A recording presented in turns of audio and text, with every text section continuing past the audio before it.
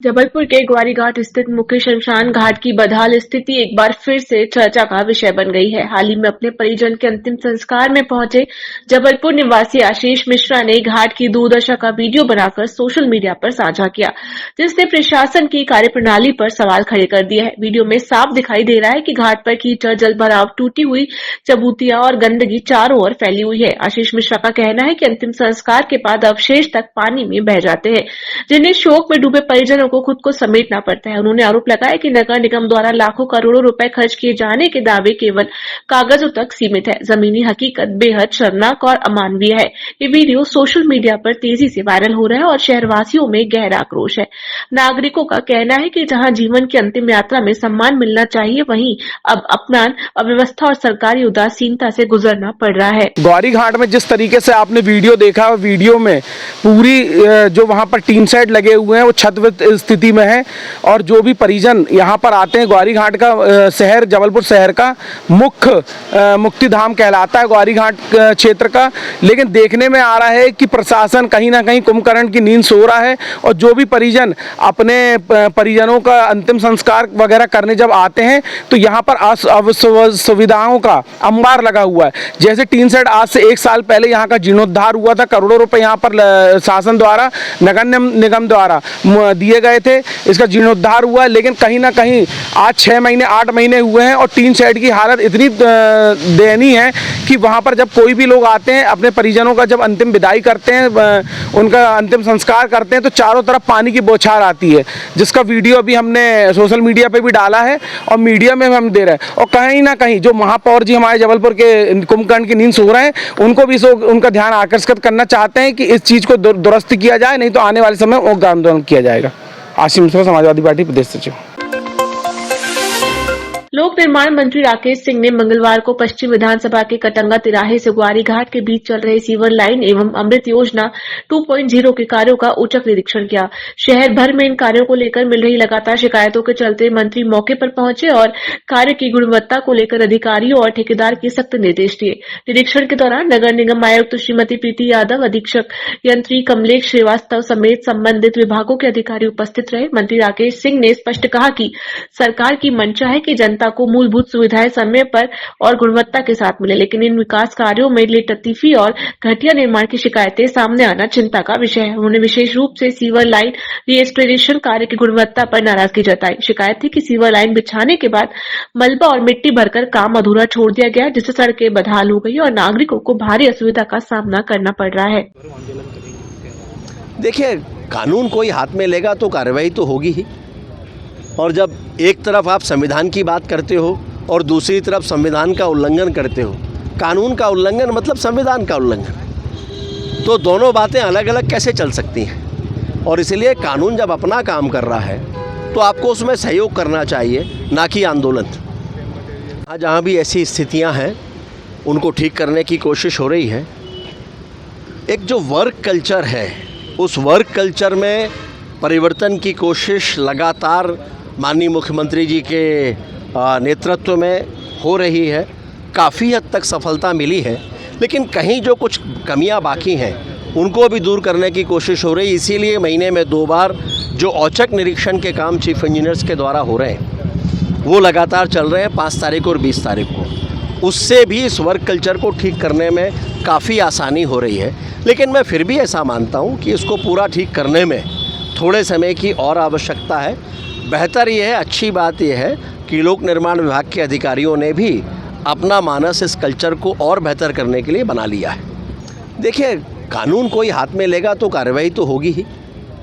और जब एक तरफ आप संविधान की बात करते हो और दूसरी तरफ संविधान का उल्लंघन करते हो, कानून का उल्लंघन मतलब संविधान का उल्लंघन, तो दोनों बातें अलग अलग कैसे चल सकती हैं। और इसलिए कानून जब अपना काम कर रहा है तो आपको उसमें सहयोग करना चाहिए, ना कि आंदोलन। हाँ, जहाँ भी ऐसी स्थितियाँ हैं उनको ठीक करने की कोशिश हो रही है। एक जो वर्क कल्चर है, उस वर्क कल्चर में परिवर्तन की कोशिश लगातार माननीय मुख्यमंत्री जी के नेतृत्व में हो रही है।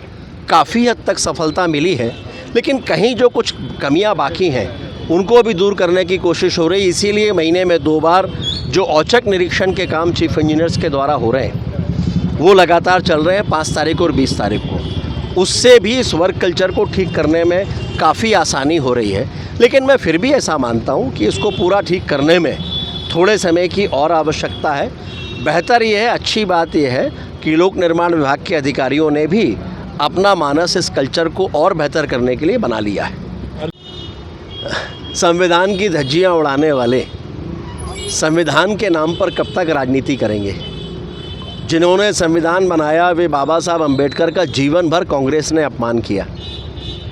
संविधान की जब मर्जी चाही तब धज्जियाँ उड़ाई। आपातकाल के समय संविधान में मन मर्जी के संशोधन किए, बगैर किसी बहुमत के, बगैर किसी लोकतांत्रिक पद्धति के।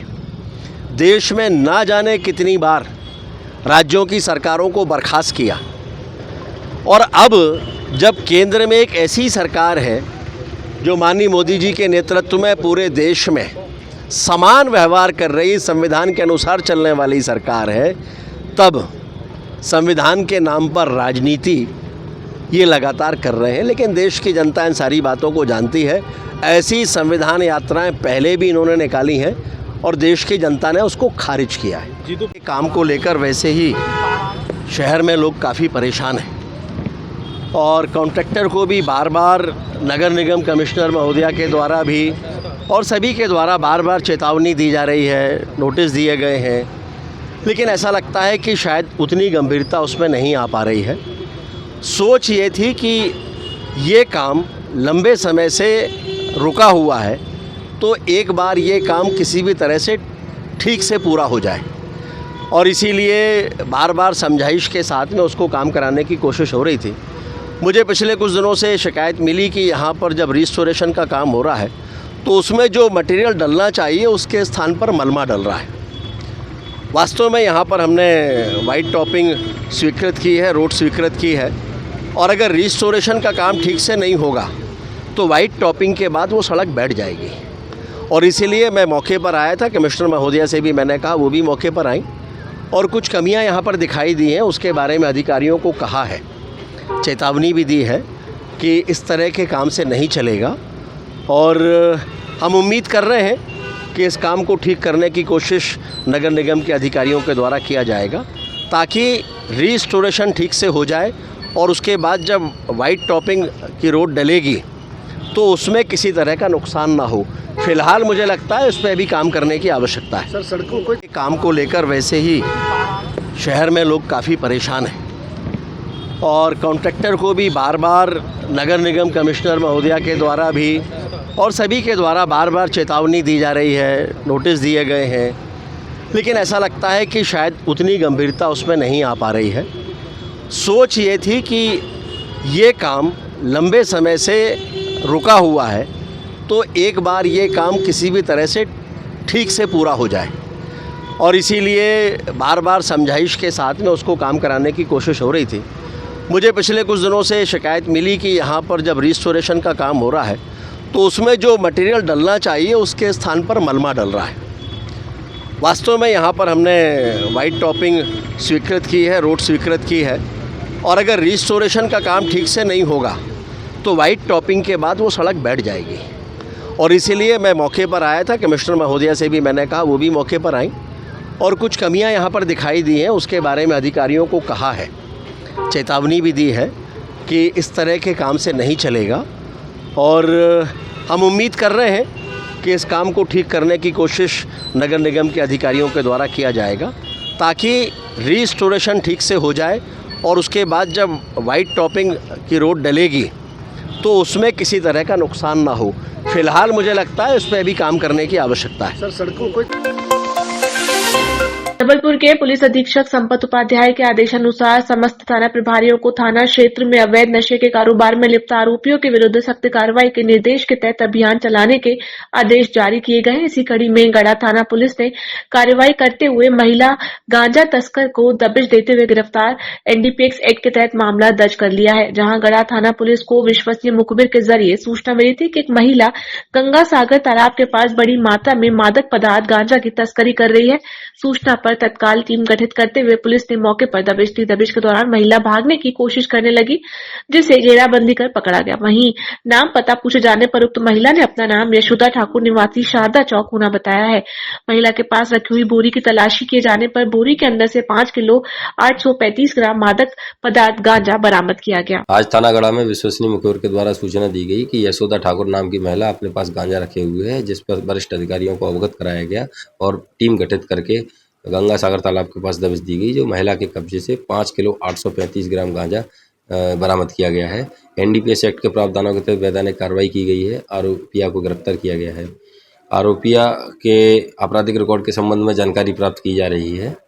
आरोपिया शारदा चौक शिव किराना स्टोर के पास की रहने वाली है। गांजे की कीमत क्या है सर? गांजा 5 किलो 835 ग्राम, इसकी बाजारू कीमत जो है लगभग 90,000 रुपये है। पूछताछ में क्या सामने आया, किसके लिए गांजा लेके आई थी?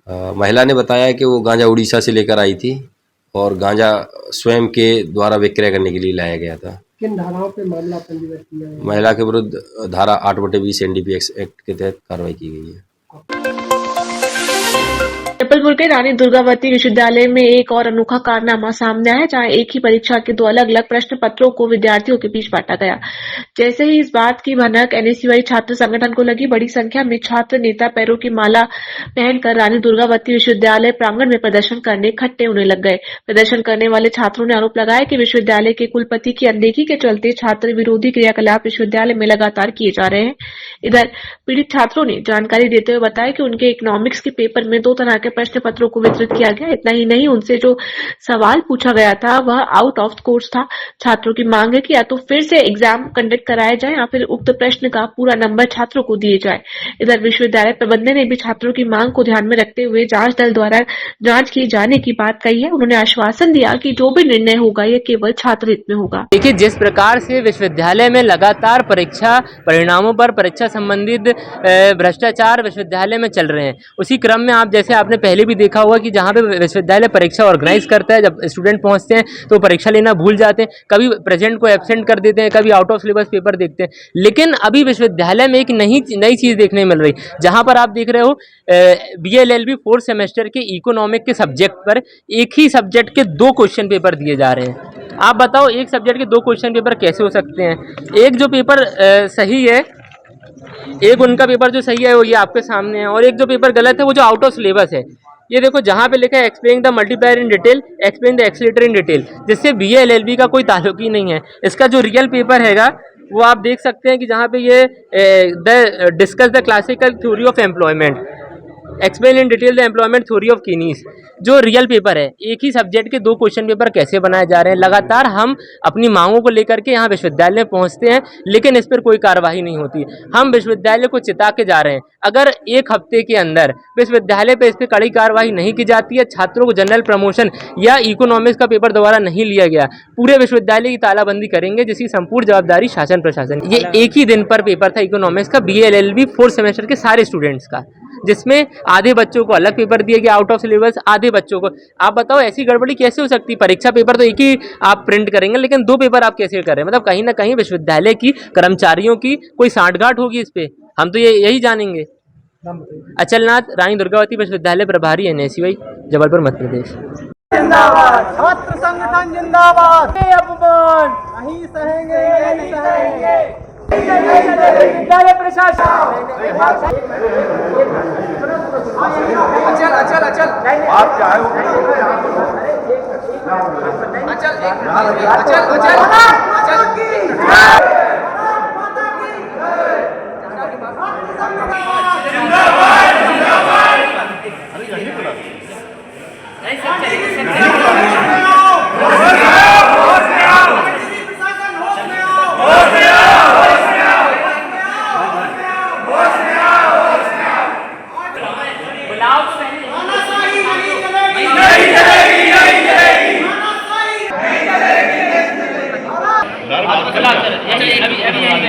लापरवाही नहीं चलेगी, लापरवाही नहीं चलेगी। होश में आओ, होश में आओ, होश में आओ, होश में आओ। वो हम लोग का इकोनॉमिक्स का जो पेपर था उसमें यूनिट 2 का आउट ऑफ सिलेबस आया है। पूरा सिलेबस सेम था but unit 2 out of syllabus थी। 2 सेट पेपर दिए गए हैं।